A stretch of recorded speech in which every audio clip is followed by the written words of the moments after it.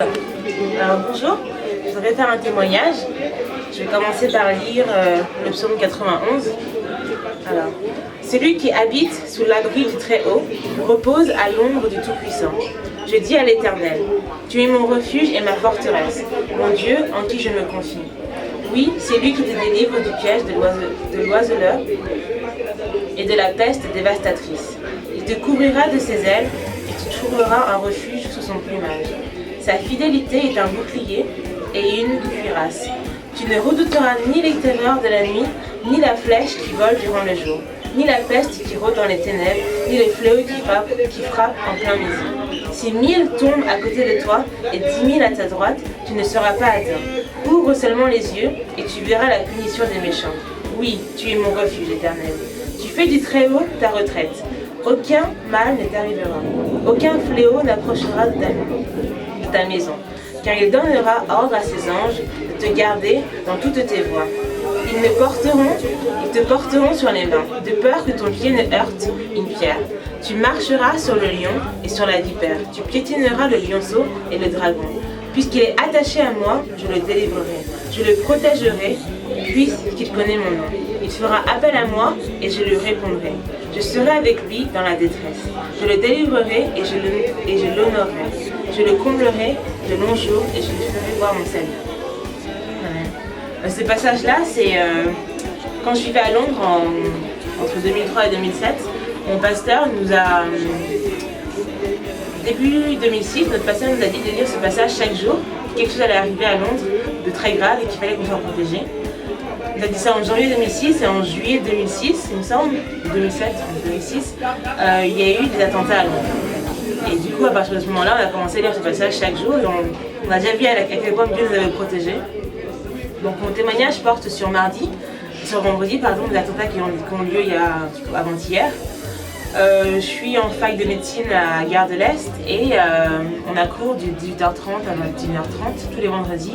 On a des conférences données par des profs. Et ça dure toujours, soit on finit à 21h30, soit on finit à 21h40 dans ces eaux-là. On est 300 étudiants qui sortent à 21h30 en fait de la fac, tout près de Gare de l'Est. Ce jour-là, vendredi, avant-hier, le prof arrive à 18h30 et nous dit je vais pas faire comme les autres profs, juste vous faire un cours sans trop traîner. Du coup, on se dit bon, d'accord. Et à 20h moins 5, à 20h, il finit. Tout le monde se regarde en se disant bon, il aurait pu faire quand même plus de choses. Après, finalement, on se dit bon, tant mieux, il a fini tôt, on peut rentrer chez nous. Et à ce moment-là, du coup, on rentre chez nous à 20h. On rentre de Gare de l'Est, on est tous plus ou moins chez nous. Et à 21h50, 22h, ma famille m'appelle de Londres. Et ma mère m'appelle, très stressée, en me disant mais où es-tu? Et je vois en même temps sur mon portable fusillade à Paris. Et là, je commence à me dire mais qu'est-ce qui s'est passé? Et là, je vois les informations. Et on se rend compte en fait qu'à 21h20, à 5 minutes de ma faculté de médecine, il y a eu des fusillades au niveau d'un restaurant et au niveau d'un bar. C'est vraiment à 5 minutes de notre fac. Et donc on se dit, si on était sortis à 21h30 ou 21h40, on aurait été 300, une foule à sortir de l'établissement, à quelques mètres d'une fusillade. Ils auraient très bien pu passer devant et on ne sait pas ce qui serait passé. Du coup, je vais juste rendre gloire à Dieu, car c'est vraiment seul lui qui nous protège, qui nous garde chaque jour, chaque moment, car ça aurait été juste dramatique, même le fait de perdre quelqu'un, parce que personne de notre famille non plus a été touché, aucun de mes amis, alors qu'on était vraiment juste à côté. Et je tiens à dire que l'année dernière, j'ai perdu ma soeur dans un accident de voiture, en juin dernier. Et que si mes parents auraient perdu un autre enfant, ça aurait été impossible pour eux à gérer. Déjà Dieu a été avec nous depuis la mort de ma soeur.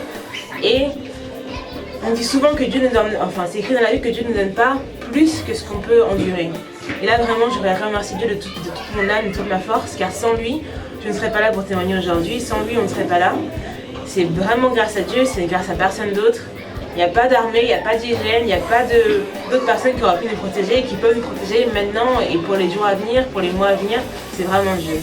Donc restons accrochés à lui. En fait, il y a quelques mois, je voulais quitter et j'étais motivée, je me suis dit ça fait longtemps, je veux marquer le coup quand on parle de 2 ans, etc. Et en fait, il n'y a pas trop longtemps, à peu près 1 mois, je discutais avec une copine, elle m'a dit alors tu fais quoi? Je lui ai dit, tu sais quoi, finalement, je suis pas du tout motivée, j'ai pas envie de rien faire. Et je savais pas pourquoi j'étais pas du tout en paix avec mon anniversaire qui arrivait. Et vendredi, donc finalement, j'ai juste mangé en famille à la maison. Et donc pendant qu'on est là, joyeux anniversaire, etc. Fashion show, les attentats, tout ça. Et à un moment, ils ont montré une carte des fusillades, il y avait République, la rue Charonne, etc. Et il y avait un endroit, c'était vers la station métro Fille du Calvaire. Et en fait, j'avais planifié de fêter mon anniversaire là-bas. Et je veux remercier Dieu parce que je ne comprenais pas pourquoi j'avais cette démotivation-là à rien faire et à rester chez moi. Et franchement, je veux le remercier parce que je ne sais pas ce qui aurait pu arriver. Et je veux remercier Dieu parce qu'il m'a donné la grâce de fêter mes 22 ans. Amen.